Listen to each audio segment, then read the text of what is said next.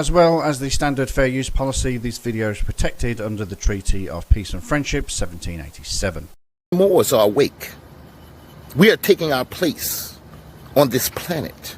Islam Moors. My nationality is Moorish. Islam, Moorish transition, Manhattan line, but gotta be kind of quiet. Or you telling them you, if you go into any building, whether it be shelter or public assistance services or social security, a major corporation, they maintain and they will put you through some type of chaotic. They cause a problem by not helping the people or assisting the people in what they need help, and they want to give people problems and say, you know what, I'm gonna make his ass up, I'm gonna make her ass up. You know what I'm saying? And you wait in the line for hours and hours. You have to get served from. And you know why, right? Yeah. Every supervising county clerk, court, library, transit authority, all right? Transit authority, police department, all of them affiliated with a Masonic lodge. Excuse me, sir, but where is the evidence to what you just said? How do you know that all of these people come from a Masonic lodge? You can't just say things without presenting evidence and just expect us to believe you, okay? So please present some evidence to support your statement. Furthermore, what is the point? Their job is to keep you quiet and keep you a secret, and also have some of your own people show face, like all Sharpies and the Jesse Jackson. They're all part of the Jesuit Masonic from Nevada, which is a Moorish dominion. Yellow term, front man. They're front man. They call them front man. And they also call them gatekeepers. The gatekeepers are the ones with the maces and Eastern stars that hold the secret of the Moors, that keeps the Moors asleep. Anytime there's some kind of crime going on, and the war involved, whatever, the news is another form of gatekeeping media. So they put the lies and they put the propaganda involved, so they can smooth it out and look at and make the Moors look like total fucking maniacs. They're just terrorists. This is not true. The key word, sovereign citizen, which is oxymoron. There's no such thing as sovereign citizen. How is it going to be sovereign citizen? The term sovereign came from sovereign people. Right? Sovereign people or sovereign nation. How are you going to be a sovereign citizen of a corporation? It's not oxymoron. Yes, the word sovereign citizen is purposely an oxymoron. It's because you people think that you are sovereigns, but you are really citizens. Get it? Sovereign citizens. It's not that deep. Why is it the policy enforcers be trying to stop conscious Moors from traveling? Well, it's two things. Either they don't know no better, or they've been positioned of power to keep Moors at a pace that they can't elevate.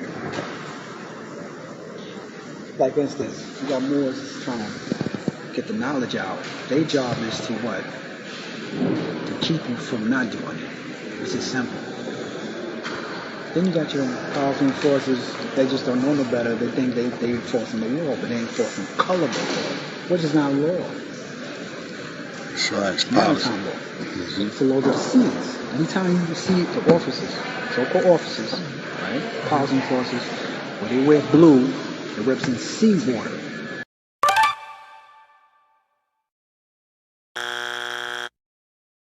It represents ocean. the ocean tides. That's why you notice every law enforcement wear blue. I find it very fascinating to sit here and watch these people spout this idiocy. These people really believe the things that they say. This man is completely wrong, yet he is speaking with such conviction as if he is 100% correct. Especially here in NYC. So the handling of police misconduct when police be committing crimes on citizens, how come they not being penalized for that? Or how can we sue them if they go against what they stand for? Oh, you sue them personally. Okay, how you do that? Well, you have an affidavit of fact.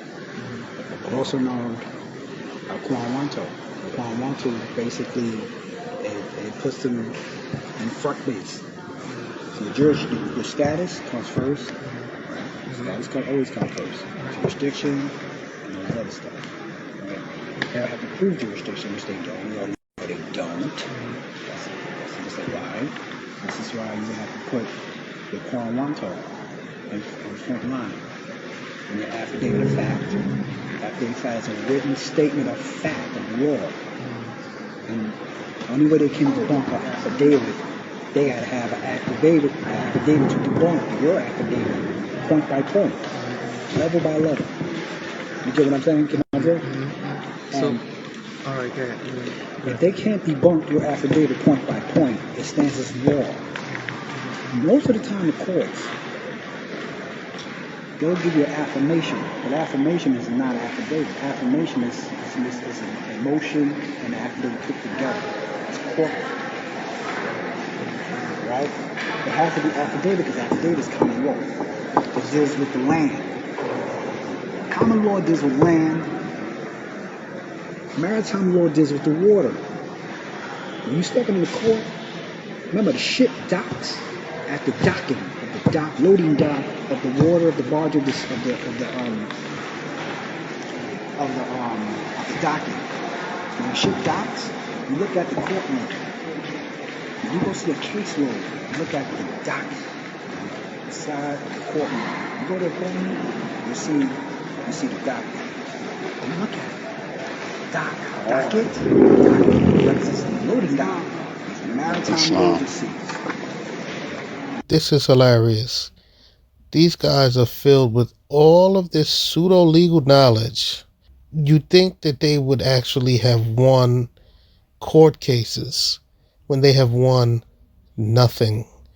But they continue on down the rabbit hole with this nonsense. This guy is trying to break it all the way down, and he is literally wrong on everything he is saying. But in his mind, he believes that he is right.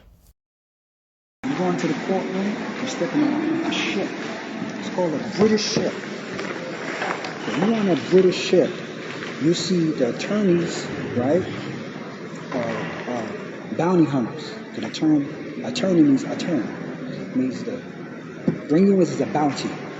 And you notice that anytime that they bring you in court, there's a bounty. Means that they have took bonds out of you. The service bond, a parent's bond. When you walk through the courthouse, that means you appeared. Like a parent's bond is on it because you appeared. So that's another bond against you. Then you have another bond that's your caseload.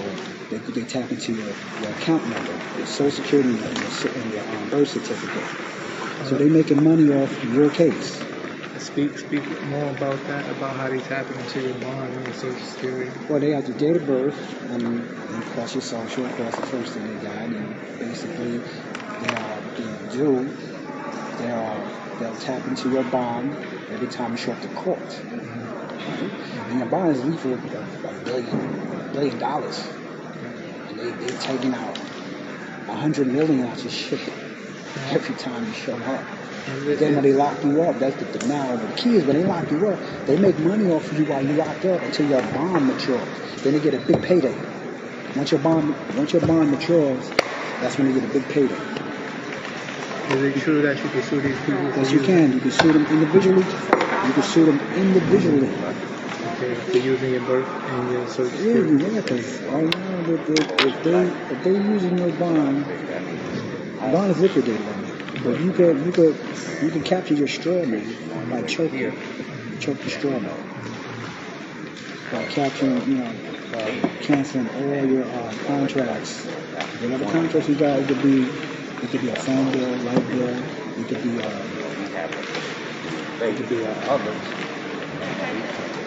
be insurance, anything. That's a contract. So it's going to cancel all your contracts. Yeah, With the state. there is a law that states that if a person do use your social, you have a right to sue them or they either go to prison. Yeah, because first of all, the Social Security doesn't supposed to be used anyway. It says on your Social Security card, about your social, that this number cannot be used for public purposes. And you're supposed to show that to every job that you go to. Yeah, and they don't supposed to use your tap into your account at all. It's a result because it states that clear as day that you don't supposed to be using for public purposes. That's right. It says in Social Security. So now they're going against the grain. There's two corporations out there with this shit, but the people don't know about it because they're ignorant. Right. Because the first thing the job you do is say, oh, well, we need your social and birth certificate. And that's what we do. But without knowing that we're not confident enough not to realize that Social Security is telling you clear as day, they want the people to enforce that law. Not Social Security. It's up to you to enforce it. But since nobody's enforcing it, and these jobs inquiring for Social Security, we use that for you just to get the job, just sign an application. And then you have to also bear in mind the fact that these corporations don't have finance. They're making money out of your own account. So I'm going to give you a prime example. Remember that every Friday, everybody gets paid. It doesn't matter what kind of job. You work for the city. Some city jobs get paid every 2 weeks, right? Depends what kind of job it is. City, state, federal. And you got your local job like security and all this other stuff and construction and shit like that. You get paid every Friday, right? Then you bear in mind the fact that, wait a minute, these people must got money. They're paying me every Friday, doing overtime and all this other shit. I said, you really think they got finance to pay you all that? I said, what's the first thing they took from you when you first got this job? You got date of birth, Social Security, right? And your birth certificate. On the far right, on the birth certificate is account number. Then the Social Security, the back of the social was a number in red. That's your account. They tap into. So this Moorish individual thinks he has all the answers. Since he believes in the fictional straw man account that has $1 million in it, he believes that when you give a employer your Social Security and birth certificate, they're actually paying you with your own money. So it's all a big scam.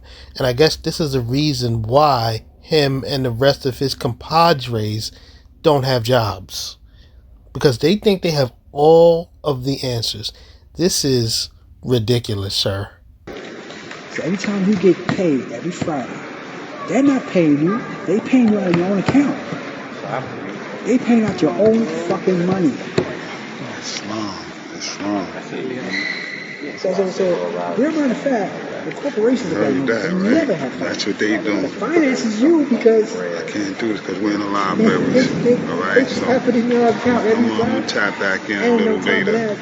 All right, because we got to get to some studies. Islam, love, and peace. Like, share, like.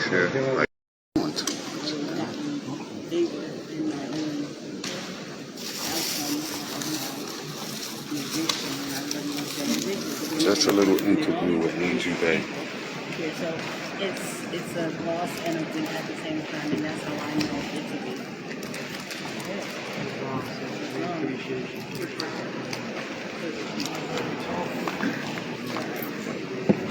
big. See, I was late.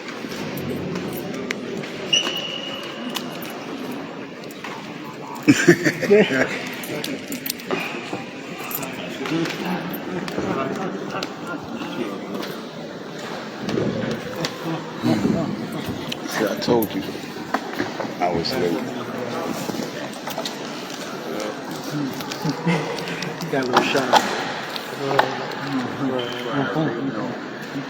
What happened was I was just being a little late, but the brother Elohim was interviewing Mutaz, Amin Ra, Angel, So that's what it is. and Rahim. That's what we're doing. And I just came in too late because I went to the bathroom, Establish came back Moroccan jurisdiction upload some of this for all information. Moors in New York. I want y'all to hear from other Moors. And Morocco. So, Moors in New York, outside of New York, different states. Well, Well, pretty you know, much all over. Yeah, because there's other nation states besides us. You got Jersey Territory. You got Maryland, you got Delaware, you got a lot of nation states popping up. So yeah, we growing hard by it. Real talk. Let's talk about how do you kidnapping children and everything. Where we at on that? You know, they be sending in the forces, hey, I'm gonna take your children and stuff away from them. How can we prevent that? You nationalize them. You put them under trust. You establish a trust, express trust. You have put your children underneath that and be protected. Not just Morocco estate, but also have them under trust and be protected. We should call them,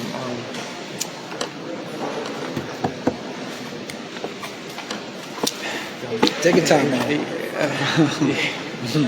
right there, man, but I can't. Take your time, brother. Let's see. Well, you know, you don't like the way how you discipline your child and putting your hands on your child and stuff like that, and then you come sending boys and you say, hey, you know what? You got to take your child. You know what the key to Child that? custody. You know what the key to that? What's that? The key is the hospital. I'm sorry, say that again. The key is the hospital. Okay, the hospital. Okay. Once the, I'm gonna ask you why you say that. Why you say once that? the woman submit herself to the hospital in the delivery room, where she delivers the child, she's giving up possession. That's what the term delivery means. She's giving up possession. And once the water breaks, that's the maritime. The maritime, how water breaks, she delivers the child in the delivery room. Once the state gets the hold of the child, they establish a contract called parents' betrayal, which is the birth certificate. The birth certificate is stating that the child belongs to the state. Now, this is the catch. She don't realize what she signed. But later on, when that child grows up and she's raising a child and something happens in her household, the state could come intervene.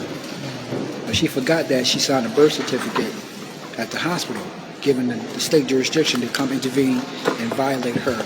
And need to give it time in her life with her children. Okay, I want to say something. Let's say. So pretty much this man is advocating for women to not give birth in hospitals, and also if they do give birth in hospitals to not sign the birth certificates. That's his logic. He thinks if these women sign the birth certificates, then the United States has the right to intervene in their lives. I just wonder, sir, can you give me some type of citation on where you read this foolishness? Or better yet, give me the link to the video where you heard it, because I know you get all of your sound information from YouTube University. Let's say two things, right? Let's say she got the state involved, right? Made it a corporation. So now that they have jurisdiction over the child, they can come and get them. That's right. That's because she signed that birth certificate. Right. Now what if that the mother or the parent didn't sign the birth certificate? She had Didn't sign it homework. right. But then what if they decided that they want to kidnap the child, the child go to school or whatever? That's kidnapping. Right. The phone is crazy because I get You know, most children are coming up missing. Human trafficking. Right. The pizza gate. Oh, you know about that.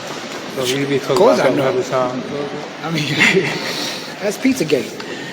I think one of the presidents, well, Hillary Clinton was involved. And all of them on that island and fondling children and All these billions. all kind of shit. It's disgusting.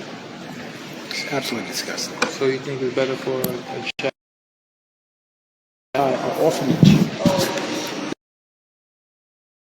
It was called the DAR. The DAR is the Daughters of the American Revolution. They were who founded the Board of Education in 1910. In 1910, the Board of Education originally was an asylum, an orphanage for children.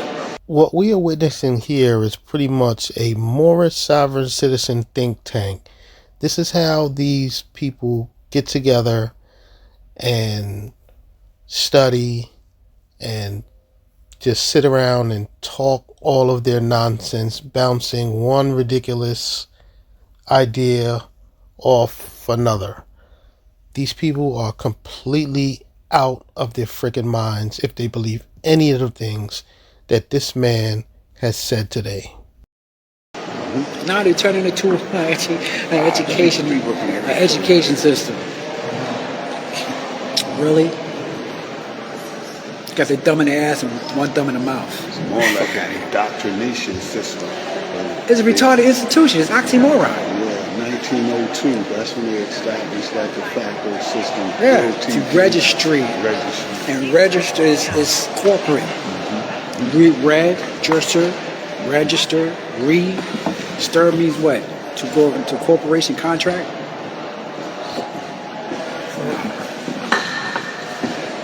So we were indoctrinated for control purposes. It wasn't about they trying to teach us anything. What can they teach us when we taught them everything that they know? That's right. Right? There's nothing they could have taught us. The shit they teach you is institutionalized slavery. Keep you be a better slave. keep you bondage, keep you mentally bondage, keep you fucked up. Toe up. So what did Prophet Noble Israelis to help up? What did Prophet Noble Israelis do to help uplift the Moab? Claim your nationality. They teach you to be yourself. That's all.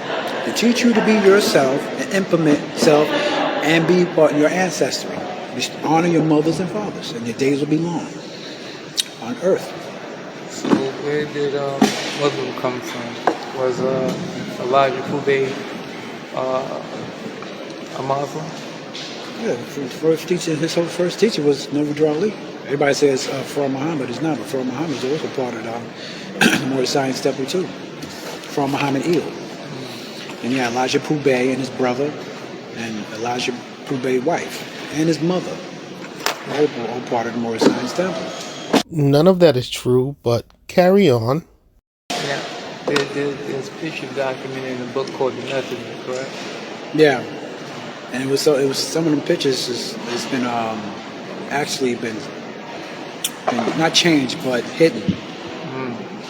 But the original picture of the Moorish Science Temple in 1928, the lens is this long, this whole table. Almost the whole table. That's how long the picture is. You got Moors from 1928, from the Prophet, from Elijah Pube, Marcus Garvey, Messiah Bey, all of them. It's all in the picture. All of them. They had the Moorish flag, the Moroccan flag, and the Star Spangled Banner. All in one picture. In Chicago, Illinois, 1928. So when did Elijah Muhammad create Islam? He ain't created it was already here. Same thing with the Prophet. As far as like when he cut ties with Moorish sciences, started to develop the nation. Well, after the Prophet got killed, there's a whole lot of shit with that. Because he didn't just make it, he didn't turn into the nation at first, it was another name. Well, it was called, before they called it the Nation of Islam, it was called, what was it called, the Islamic Nation? That's the elder. Yeah, the nation, it was called the Nation of Islam in 19. thing is falling down. 1930, 31. Something like that. After the Moorish Science Temple, the Great Split in 1929. That some of the members became, they called the Nation Islam in 1930 or 1934 in Detroit, Michigan. But he's a quote-unquote man. Along from Muhammad became from Muhammad, and Ubay became Elijah Muhammad. They dropped the Bays and Eels and became the Nation of Islam and put the X. So the first world pocket stopped. I think it was a war. Oh, you mean, Trying to make it seem like it's just oh, you about 1914. You know back before. You gotta keep it straight. The Nation of Islam, after that, the Nation of Islam was born out of the Moorish American. But you know, you got a lot of people that's going to dispute and talk shit, of course, for the speaker video. I already know, but it is what it is. You can't stop truth, but that's what it is. Islam didn't pop on his own by itself. No, Islam was already here. Prophet just brought it back into existence and raised the flag in 1913. From Hoover, who was the president in 1912, and he raised the flag in 1913, the Moroccan flag, back up in the Western Hemisphere. And remind you that the reason why we have the 5-pointed star, the green star, on the Moroccan flag, it represents the matriarch. It represents the woman, right? Now, the Morocco on the other side of the Atlantic Ocean only came from 1956. You're talking about 30 years later, right? So, you gotta realize that even the Morocco over there had the 5-point star. Then there was another Moroccan flag that had 6-point star. It represents man. That's the patriarch. But we all realize what came first, the woman. Matriarch came first, then patriarch. Simple. And the reason why the 5-pointed star was here, risen in the West is based on the ancient mothers and fathers here. Now, the Moors, that's on the other side of the Atlantic, are the children. They're the children of the Moors. Right? That's why you see when 3/4 fezzes, that's this short, and you have the tassel, it represents the children. That's the children. The mothers and fathers wear this fez. 36 inches tall, 3 and 6 is 9. How is astrology so important? This dude's whole history lesson is false. I can't believe that these people actually believe the words that are coming out of his mouth. This is just sad. This just showcases how lost these people truly are. Well, astrology is based on the characteristics that you was born under. The 2 Aries, the Pisces, degrees, and days, hours, seconds. And then based on your characteristics, who you are, what you are. So, why your descendant is important in astrology? Your descendant, correct me if I'm wrong, it's been a minute for me. Your descendant is based on, I don't know if it's your personality, is it your personality or it's No, not the one this Sunday. it's your ways and actions, I think. I'm not sure. I'm a little rusty on astrology. But I know your moon sign is really who you are. Your soul, your heart. My moon is in Scorpio. Your moon is in Scorpio? Yeah. My rising is in Gemini. My sun is in Taurus. Your sun sign is in Taurus. Your moon sign is in Gemini. Well, you're really Gemini. You get headaches? You get migraines? Yeah. Gemini sometimes. Sometimes Geminis get migraines. Not all of them, sometimes. Taurus, Taurus is the throat chakra, because sometimes Taurus have strip throat at times. Besides that, I got some Virgo swimming. Some Virgo? Yeah, Trying to analyze shit. Like, wow, this is I mean, we all. Well, me, I'm a double Scorpio, Leo, rising. You seen this, huh? I mean, I have I gotta go back on my chart. Shit. It's been a minute, but I don't have one like that. yeah. But a zodiac is really based on the characteristics you're born under. You're not just born under one sign. You're born under multiple signs. Correct. So if you look at your zodiac chart, you have the planets, the ruling planets that rule the zodiac signs that you're born with. Then you got to go by your degrees. The degrees that and time that you were born under. You could be born 11:30 at night, before 12. And sometimes you can see it depends how the planets are lined up. How the planets are lined up in space, because you got to also bear in mind the fact that a lot of the doctors, they have this. The doctors is the machine. Some kind of device there they could tell. They could tell the correlation of the planets, how they lined up in space, and they go by your time of conception, exactly when you were born, and they can tell what time. Oh, it's weak. Zodiac. Yeah, that's what it is. Time the zodiac, high rising, the descendant. They can tell everything about you. That's why in court, goes right into the court. You're born, your mother, you're born in the state. They can tell exactly what your strong points are and your weak points are in the chart. So you manipulate that. It's weak. It's weak. And this is about astrology. It's all about astrology. What about numerology? Yeah, the numbers play with it. The numbers. When you're born in conception and birth of your mother, they go by the date of birth, the numbers, the time, exactly when you're born. That's numerology. Well, fortunately, my phone about to die, and I didn't bring my charger. No, 11's supposed to be the what? It's supposed to be the master. Doing the average playing their way. I want to do something outside. 416. Right. 5, 6, 4, 4 plus 3 equals 11. There's blue amongst the one that I'm with right now, the attitude. Alright. Yeah. This is astrology. I used to say this already. Sagittarius? No, shit. We're home. This is how you remove them Naturalist? and claim office. Islam, like share, like share, like share. Virgo's a naturalist.